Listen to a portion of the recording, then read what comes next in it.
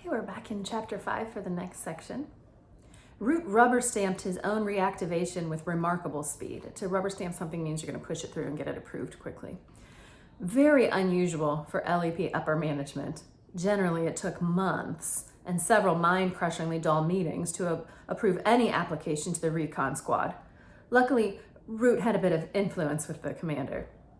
It felt good to be back in a field uniform, and Root even managed to convince himself that the jumpsuit was no tighter around the middle than it used to be. The bulge, he rationalized, was caused by all the new equipment they jammed into these things. Personally, Root had no time for gadgetry.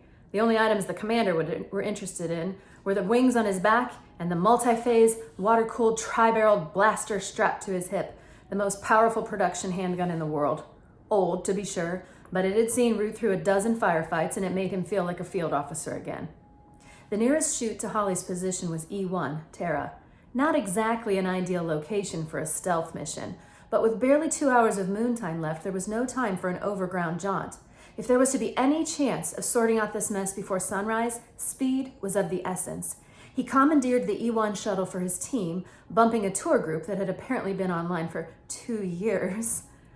Tough, Root growled at the holiday rep. And what's more, I'm shutting down all non-essential flights until this present crisis is past. And when might that be? Squeaked the irate gnome, brandishing a notebook as though she were prepared to make a complaint of some kind. Root spat out the butt of his cigar, squashing it comprehensively beneath his boot heel. The symbolism was all too obvious. The chutes will be opened, madam, when I feel like it, growled the commander. And if you and your fluorescent uniform don't get out of my way, I'll yank your operating license and have you thrown into the cells for obstructing an LEP officer. The holiday rep wilted before him and slunk back into line, wishing her uniform wasn't quite so pink. Foley was waiting at the pod. Serious though the moment was, he couldn't resist an amused whinny at the sight of Root's belly wobbling ever so slightly in his clingy jumpsuit. You sure about this, Commander? Generally, we only allow one passenger in a pod. What do you mean? There's only one. Then he caught Foley's meaningful glance at his stomach. Oh, ha, ha, ha. Very amusing. Keep it up, Foley. I have my limit, you know. But it was a hollow threat, and they both knew it. Not only had Foley built their communications network from scratch, but he was also a pioneer in the field of flare prediction. Without him, human technology could very easily catch up with the fairy brand. Root strapped himself into the pod. No half-century-old crafts for the commander. This baby was fresh off the assembly line, all silver and shiny with the new jagged fin stabilizers that were supposed to read the magma currents automatically. Foley's innovation, of course.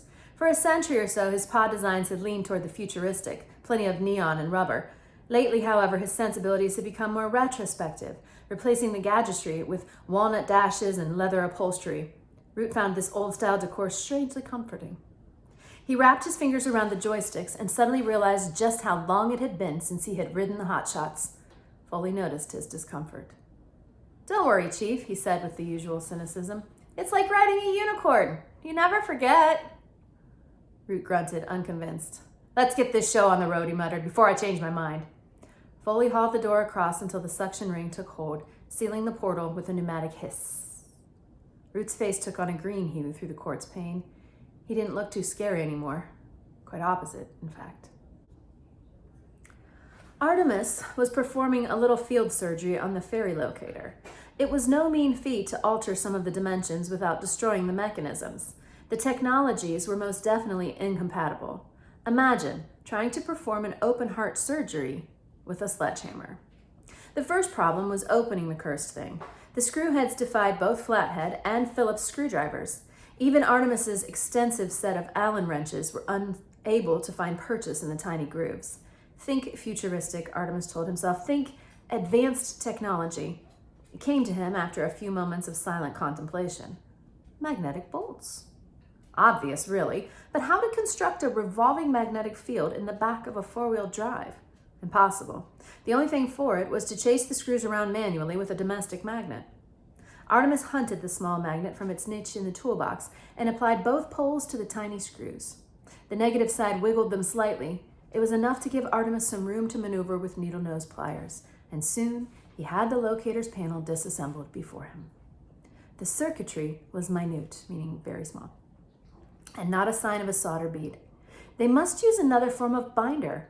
Perhaps if he had time, the principles of this device could be unraveled, but for now he would have to improvise. He would have to rely on the inattention of others, and if the people were anything like humans, they saw what they wanted to see. Artemis held the locator's face up to the cab's light. It was translucent, slightly polarized, but good enough. He nudged a slew of tiny shimmering wires aside, inserting a buttonhole camera in the space. He secured the pea-sized transmitter with a dab of silicone. Crude, but effective, hopefully. The magnetic screws refused to be coaxed back into their grooves without the proper tools, so Artemis was forced to glue them too. Messy, but it should suffice, provided the locator wasn't examined too closely, and if it was, well, he would only lose an advantage that he never expected to have in the first place. Butler knocked off his high beams as they entered the city limits. "The dock's coming up, Artemis," he said over his shoulder. "There's bound to be a customs and excise crew around somewhere." Artemis nodded. It made sense. The port was a thriving artery of illegal activity. Over 50% of the country's contraband made it ashore somewhere along this half-mile stretch. "A diversion, then, Butler. 2 minutes are all I need." The manservant nodded thoughtfully. "The usual?" "Oh, I don't see why not. Knock yourself out, or rather don't." Artemis blinked. That was his second joke in recent times, and his first one out loud. Better take care. This was no time for frivolity. Butler strolled over to the group of dockers sitting at the edge of the dock. His eyes shadowed beneath the brim of a watch cap. "Cold night," he said to the assembled group. No one replied. Policemen came in all shapes and sizes. The big stranger persevered. "Even work is better than standing around on a frosty one like tonight." One of the workmen, a bit soft in the head, couldn't help nodding in agreement. A comrade drove an elbow into his ribs. "Still, though," continued the newcomer, "don't suppose you girls ever did a decent day's work in your lives." Again, there was no reply, but this time it was because the dockers' mouths were hanging open in amazement. "Yep, you're a pathetic-looking bunch, all right," went on Butler blithely. "Oh, I've no doubt you would have passed as men during the famine, but by today's standards, you're a little more than a pack of little girls." "Err," said one of the dock hands. It was all he could manage. Butler raised an eyebrow. "Arg, pathetic, and inarticulate. Nice combination. Your mother must be so proud." The stranger had crossed a sacred line. He had mentioned the men's mothers. Nothing could get him out of a beating now, not even the fact that he was obviously a simpleton, albeit a simpleton with a good vocabulary. The men stamped out their cigarettes and spread slowly into a semicircle. It was 6 against 1, and he had to feel sorry for them. Butler wasn't finished yet. "Now, before we get into anything, ladies, no scratching, no spitting, and no running back and tattling to mommy." It was the last straw. The men howled and attacked as one. If they had been paying any attention to their adversary in that moment before contact, they might have noticed that he shifted his weight to lower his center of gravity. Oh, that reminds me of science. Remember when I had to shift and drop down so that to stop you from pushing me when we were doing matter? They might have also seen that the hands he drew out of his pockets were the size and approximate shape of spades or shovels. But no one was paying any attention to Butler, too busy watching their comrades, making sure they weren't alone in the assault. The thing about a diversion is that it has to be diverting, big, crude, which wasn't Butler's style at all. He would have preferred to take these gentlemen out from 500 feet with a dart rifle. Failing that, if contact was absolutely necessary, a series of thumb jabs to the nerve cluster at the base of the neck would have been his chosen modus operandi, quiet as a whisper. But that would be defeating the purpose of the exercise. And so Butler went against his training, screaming like a demon and utilizing the most vulgar combat actions, vulgar though they may have been, but that's not to say they weren't effective. Perhaps a Shaolin priest could have anticipated some of the more exaggerated movements, but these men were hardly trained adversaries. In fairness, they really weren't even completely sober. Butler dropped the first with a roundhouse punch. 2 more had their heads clapped together cartoon style. The 4th was, to Butler's eternal shame, dispatched with a spinning kick. But the most ostentatious was saved for the last pair. The manservant rolled onto his back, caught them by the collars of their donkey jackets, and flipped them into Dublin Harbor. Big splashes, plenty of whaling, perfect. 2 headlights poked from the black shadow of a cargo container, and a government saloon screeched along the quay. As anticipated, a customs and excise team on stakeout. Butler grinned with grim satisfaction and ducked around the corner. He was long gone before the agents had flipped their badges or begun inquiries. Not that their interrogations would yield much. Big as a house was hardly an adequate description to track him down. By the time Butler reached the car, Artemis had already returned from his mission. "Well done, old friend," he commented, "although I'm certain your martial arts sensei is turning over in his grave." "A spinning kick? Come on, how could you?" Butler bit his tongue, reversing the four-wheel drive off the wooden works. As they crossed the overpass, he couldn't resist glancing down at the chaos he had created. The government men were hauling a sodden docker from the polluted waters. Artemis had needed this diversion for something, but Butler knew there was no point in asking what. His employer did not share his plans with anyone until he thought the time was right. And if Artemis Fowl thought the time was right, then it usually was. Root emerged shaking from the pod. He didn't remember it being like this in his time, although truth be told, it had probably been an awful lot worse. Back in the shillelagh days, there were no fancy polymer harnesses, no auto thrusters, and certainly no external monitors. It was just gut instinct and a touch of enchantment. In some ways, Root preferred it like that. Science was taking the magic out of everything. He stumbled down the tunnel into the terminal. As the number one preferred destination, Terra had a fully fledged passenger lounge. 6 shuttles a week came in from Haven City alone. Not on the flares, of course. Paying tourists didn't like to be jostled around quite that much, unless, of course, they were on an illegal jaunt to Disneyland. The ferry fort was crammed with full moon overnighters complaining about the shuttle suspensions. A beleaguered sprite was sheltering behind her ticket desk, besieged by angry gremlins. "There's no point hexing me," squealed the sprite. "There's the elf you want right there." She pointed a quivering green finger at the approaching commander. The gremlin mob turned on Root, and when they saw the triple-barreled blaster on his hip, they just kept right on turning. Root grabbed the microphone from behind the desk and hauled it out to the extent of its cable. "Now hear this," he growled, his gravelly tones echoing around the terminal. "This is Commander Root of the LEP. We have a serious situation above ground, and I would appreciate cooperation from all you civilians. First, I would like you to stop all your yapping so I can hear myself think." Root paused to make sure his wishes were being respected. They were. "Secondly, I would like every single one of you, including those squalling infants, to sit down on the courtesy benches until I have gone on my way. Then you can get back to griping or stuffing your faces or whatever else it is civilians do." No one had ever accused Root of political correctness, and no one was likely to ever either. "And I want whoever's in charge to get over here now." Root tossed the stand onto the desk. A blare of whistling feedback grated on every eardrum in the building. Within fractions of a second, an out-of-breath elf-goblin hybrid was bobbing at his elbow. "Anything we can do, Commander?" Root nodded, twisting a thick cigar into a hole beneath his nose. "I want you to open a tunnel straight through this place. I don't want to be bothered by customs or immigration. Start moving everybody below after my boys get here."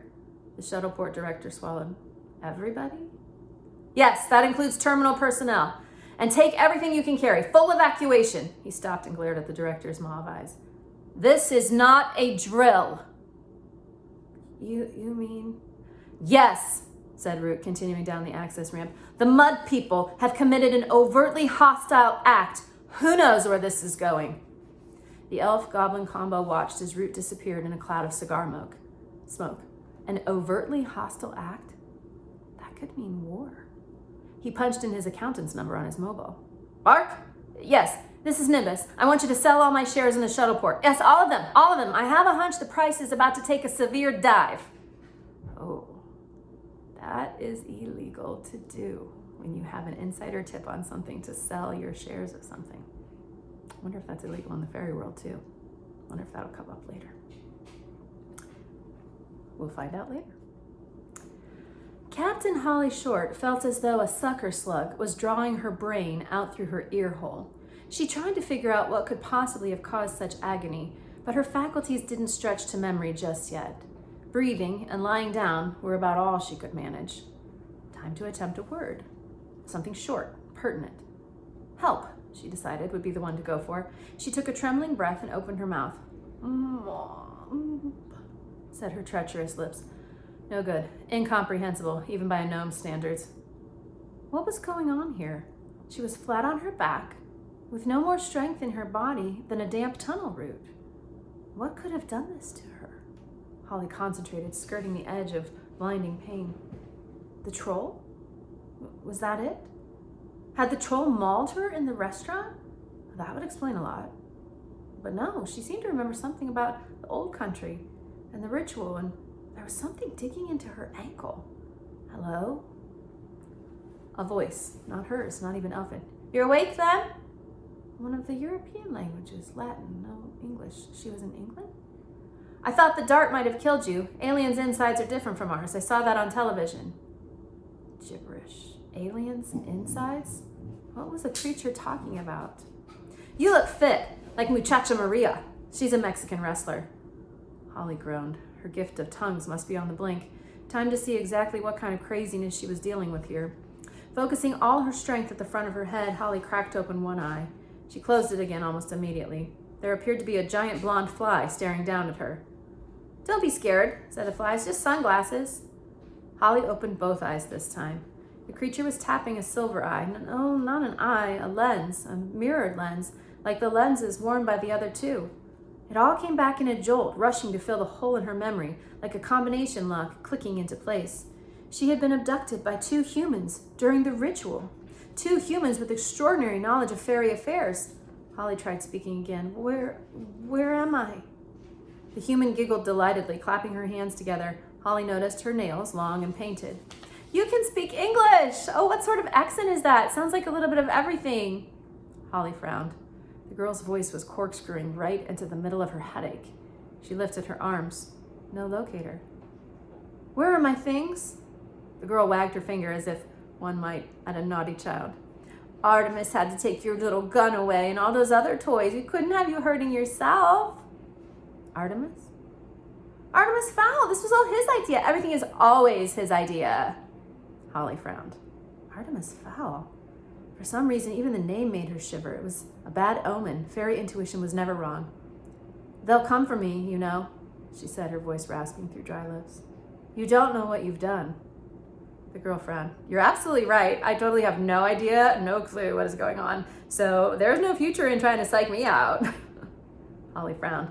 It was obviously pointless playing mind games with this human. The mesmer was her only hope, but that couldn't penetrate reflective surfaces. How the devil did these humans know that? That could be worked out later. For now, she had to figure out a way to separate this vacuous girl from her mirrored sunglasses. "You are a very pretty human," she said, voice dripping with honeyed flattery. "Why, thank you." Holly.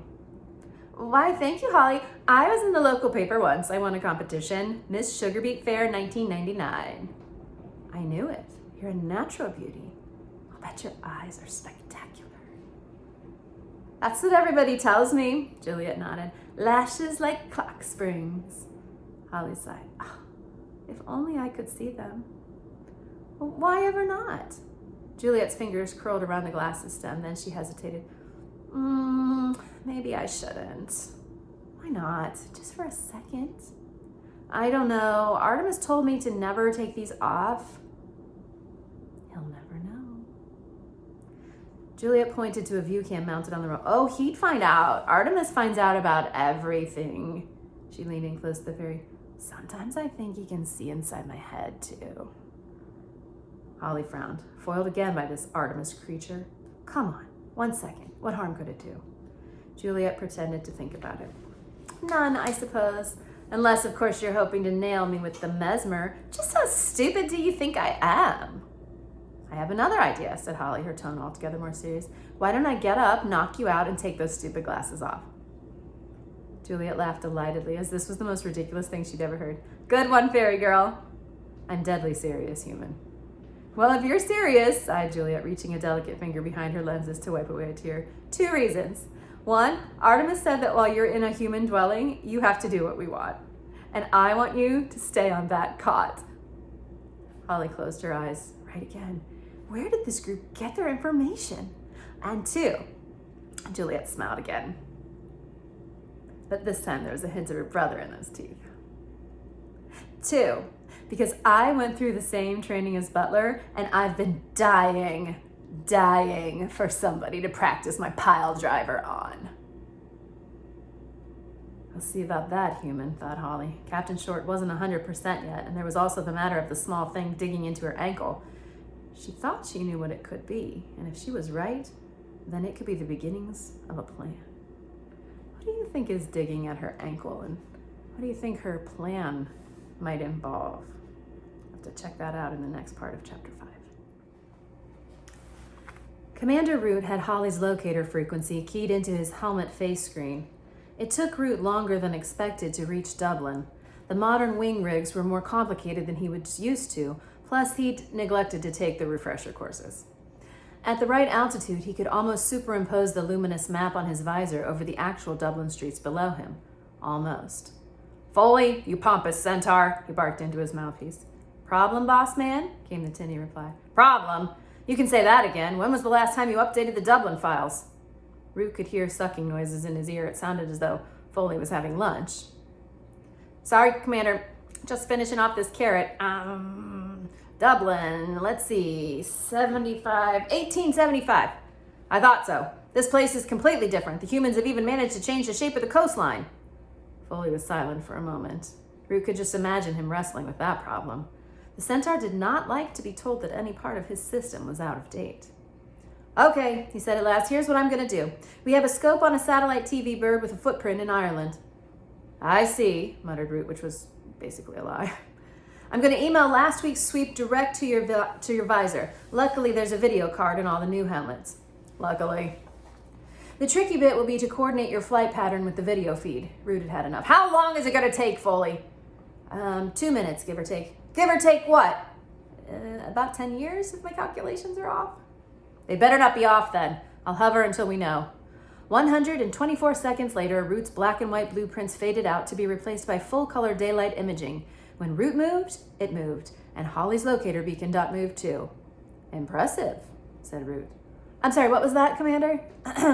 "I said impressive," shouted Root. "No need to get a swelled head." The commander heard the sound of a room full of laughter and realized that Foley had put him on speakers. Everyone had heard him complimenting the centaur's work. There'd be no talking to him now for at least a month. But it was worth it. The video he was receiving now was bang up to date. If Captain Short was being held in a building, the computer would be able to give him 3D blueprints instantaneously. It was foolproof, except... "Foley? The beacon's gone offshore. What's going on?" "Boat? Ship? I'd say at a guess. I don't know." Root cursed himself for not thinking of it. They'd be having a big laugh back in the Situation Room. Of course it was a ship. Root dropped down a few hundred feet until its shadowy outline loomed through the mist. A whaler by the looks of it. Technology may have changed over the centuries, but there was still nothing like a harpoon to slaughter the world's largest mammal. "Captain Short is in there somewhere, Foley, below decks. What can you give me?" "Nothing, sir. It's not a permanent fixture. By the time we run down your registration, it'll be way too late." "What about thermal imaging?" "No, Commander. That hull must be at least 50 years old. Very high lead content. We can't even penetrate the first layer. I'm afraid you're on your own." Root shook his head. "After all the billions we've poured into your department, remind me to slash your budget when I get back." "Yes, sir," came the reply, sullen for once. Foley did not like budget jokes. "Just have the retrieval squad on full alert. I may need them at a moment's notice." "I will, sir." "You'd better. Over and out." Root was on his own. Truth be told, that's the way he liked it. No science, no uppity centaur whinnying in his ear, just a fairy, his wits, and maybe a touch of magic. Root tilted his polymer wings, hugging the underside of a fog bank. There was no need to be careful. With his shield activated, he was invisible to the human eye. Even on stealth-sensitive radar, he would be no more than a barely perceptible distortion. The commander swooped low to the gunwales. It was an ugly craft, this one. The smell of death and pain lingered in the blood-swabbed decks. Many noble creatures had died and been dissected for a few bars of soap and some heating oil. Root shook his head. Humans were such barbarians.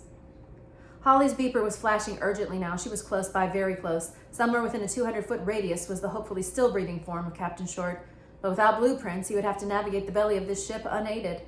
Root alighted gently on the deck, his boots adhering slightly to the mixture of dried soap and blubber coating the steel surface. The craft appeared to be deserted. No sentry on the gangplank, no bosun on the bridge, not a light anywhere. Still no reason to abandon caution. Root knew from bitter experience that humans popped up when you least expected them. Once, when he was helping the retrieval boys scrape some pod wreckage off a tunnel wall, they were spotted by a group of potholing humans. What a mess that had been. Mass hysteria, high-speed chases, group mind wipes, the whole 9 yards. Root shuddered. Nights like that could put decades on a ferry. Keeping himself fully shielded, the commander stowed his wings in their sheath, advancing on foot across the deck. There were no other life forms showing up on his screen, but like Foley said, the hull had a high lead content. Even the paint was lead-based. The entire boat was a floating eco-hazard. The point being that there could be an entire battalion of stormtroopers concealed below decks, and his helmet cam would never pick them up. Very reassuring. Even Holly's beacon was a few shades below par, and that had a micronuclear battery sending out the pulses. Root didn't like this, not one bit. Keep calm, he derided himself. You're shielded. There's not a human alive that can see you now. Root hauled open the first hatch. It swung easily enough. The commander sniffed. The mud people had breached the hinges with whale blubber. Was there no end to their depravity? The corridor was steeped in viscous darkness, so Root flicked down his infrared filter. Okay, so sometimes technology came in handy, but he wouldn't be telling Foley that. The maze of pipes and grilling before him was immediately illuminated with an unnatural red light. Minutes later, he was regretting even thinking something nice about the Centaur's technology. The infrared filter was messing with his depth perception, and he'd whacked his head on two protruding U-bends so far. Still no sign of life, human nor fairy. Plenty of animal, mostly rodents, and when you're just topping 3 feet in height yourself, a good-sized rat can be a real threat, especially since rats are one of the few breeds that can see straight through a fairy's shield.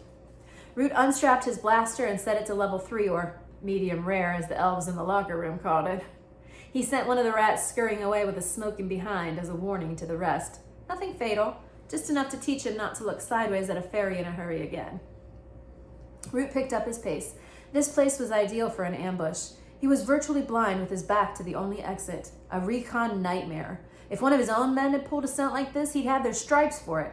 But desperate times required judicious risk-taking. That was the essence of command. He ignored several doors to either side, following the beacon. 10 feet now. A steel hatch sealed the corridor, and Captain Short, or her corpse, lay on the other side of it. Root put his shoulder to the door. It swung open without protest. That was bad news. If a live creature were being held captive, the hatch would have been locked. The commander flicked the blaster's power level to 5 and advanced through the hole. His weapon hummed softly. There was enough power on tap now to vaporize a bull elephant in a single blast. No sign of Holly. No sign of anything much. He was in a refrigerated storage bay. Glittering stalactites hung from a maze of piping. Root's breath fanned before him in icy clouds. How would that look to a human? Disembodied breathing. "Ah," said a familiar voice. "We have a visitor." Root dropped to one knee, leveling the handgun at the voice source. "Come to rescue your missing officer, no doubt." The commander blinked a bead of sweat from his eyes. "Sweat? At this temperature?" "Well, I'm afraid you've come to the wrong place." The voice was tinny, artificial, amplified. Root checked his locator for life signs. There were none. Not in this chamber, at any rate. He was being monitored somehow. Was there a camera here somewhere, concealed in the maze of overhead plumbing that could penetrate the fairy shield? "Where are you? Show yourself!" The human chuckled. It echoed unnaturally around the vast hall. "Oh, no, not yet, my fairy friend, but soon enough, and believe me, when I do, you'll wish I hadn't." Root followed the voice. Keep the human talking. "What do you want?" What do I want? Again, you will know soon enough. There was a low crate in the center of the hold. On it sat an attaché case. The case was open. "Why bring me here at all?" Root poked the case with his pistol. Nothing happened. "I brought you here for a demonstration." The commander leaned over the open container. Inside, in snug foam packing, were a flat vacuum-packed package and a triple-band VHF transmitter. Resting on top was Holly's locator. Root groaned. Holly wouldn't willingly give up her equipment. No LEP officer would. "What sort of demonstration, you demented freak?" Again, that cold chuckle. "A demonstration of my utter commitment to my goals." Root should have started to worry about his own health right about then, but he was too busy worrying about Holly's. "If you harmed one tip of my officer's pointy ears..." "Ooh, your officer. Oh, we have management. How privileged. All the better to make my point." Alarm bells went off in Root's head. "Your point?" The voice emanating from the aluminum speaker grid was as serious as a nuclear winter. "My point, little ferryman, is that I am not someone to be trifled with. Now, if you would please, observe the package." The commander duly observed. It was a nondescript enough shape, flat like a slab of putty or... Oh no. Beneath the ceiling, a red light flicked on. "Fly, little fairy, fly," said the voice, "and tell your friends Artemis Fowl II says hello."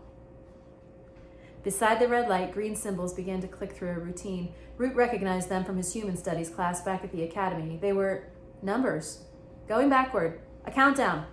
"Darvit!" growled Root. There's no point in translating that word. It would have to be censored in our book. He turned and fled up the corridor, Artemis Fowl's mocking tones carrying down the metal funnel. "3," said the human. "2. "Darvit!" repeated Root. The corridor seemed much longer now. A sliver of starry sky peeked through a wedge of open door. Root activated his wings. This was going to take some fancy flying. The hummingbird's span was barely narrower than the ship's corridor. 1. Sparks flew as the electronic wings scraped a protruding pipe. Root cartwheeled, righting himself as Mach 1. 0, said the voice. Boom! Inside the vacuum-packed package, a detonator sparked, igniting a kilogram of pure Semtex. The white-hot reaction devoured the surrounding oxygen in a nanosecond and surged down the path of least resistance, which was, of course, immediately after LEP Commander Root. So you're envisioning all these flames like pummeling right behind him, coming right after him. Root dropped his visor, opening the throttle to maximum. The door was just a few feet away now. It was just a matter of what reached it first, the fairy or the fireball. He made it, barely. He could feel the explosion rattling his torso as he threw himself into a reverse loop. Flames latched onto his jumpsuit, licking along his legs. Root continued his maneuver, crashing directly into the icy water. He broke the surface, swearing. Above him, the whaler had been totally consumed by noxious flames. "Commander?" came a voice in his earpiece. It was Foley. He was back in range. "Commander, what's your status?" Root lifted free of the water's grip. "My status," Foley, "is extremely annoyed. Get on your computers. I want to know everything there is to know about one Artemis Fowl, and I want to know it before I get back to base." "Yes, sir, Commander, right away." No wisecrack. Even Foley knew that this was not the right time. Root hovered at 300 yards. Below him, the blazing whaler drew emergency vehicles like moths to a light. He dusted charred threads from his elbows. "There will be a reckoning for this, Artemis Fowl," he vowed. "Count on it." The next chapter is called Siege. Think about what that's going to mean for next time.